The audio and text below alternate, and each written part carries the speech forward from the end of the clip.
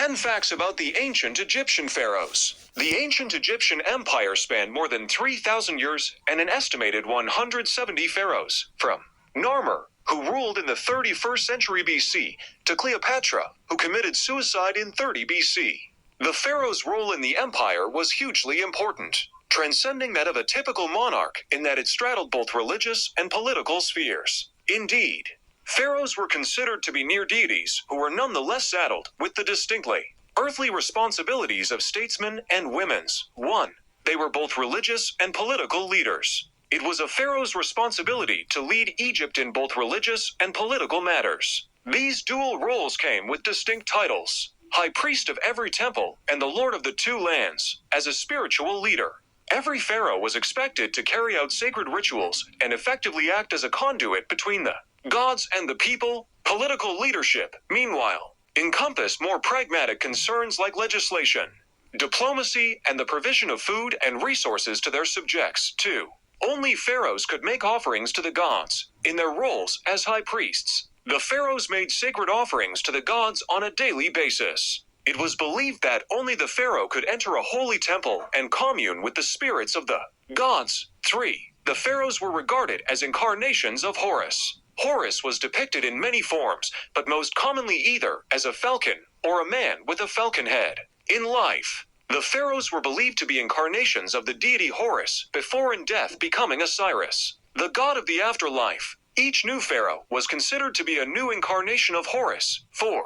Akhenaten introduced monotheism, but it didn't last. The reign of Akhenaten represents a brief departure from polytheism in ancient Egypt. Akhenaten was named Amenhotep IV at birth, but changed his name in accordance with his radical monotheistic beliefs. The meaning of his new name: he who is of service to the Aten, honored what he believed to be the one true god Aten, the sun god. After Akhenaten's death, Egypt rapidly returned to polytheism and the traditional gods he had disavowed. 5. Makeup was obligatory. Both male and female pharaohs wore makeup, most notably an application of black coal around their eyes. It's thought that this served several purposes: cosmetic, practical as a means of reducing light reflection, and spiritual due to the fact that the almond-shaped eye makeup enhanced their resemblance to the god Horus. Point 6. The crook and flail were important symbols of pharaonic authority. Here, the god of the afterlife, Osiris, is shown holding a crook in his left hand and a flail in his right,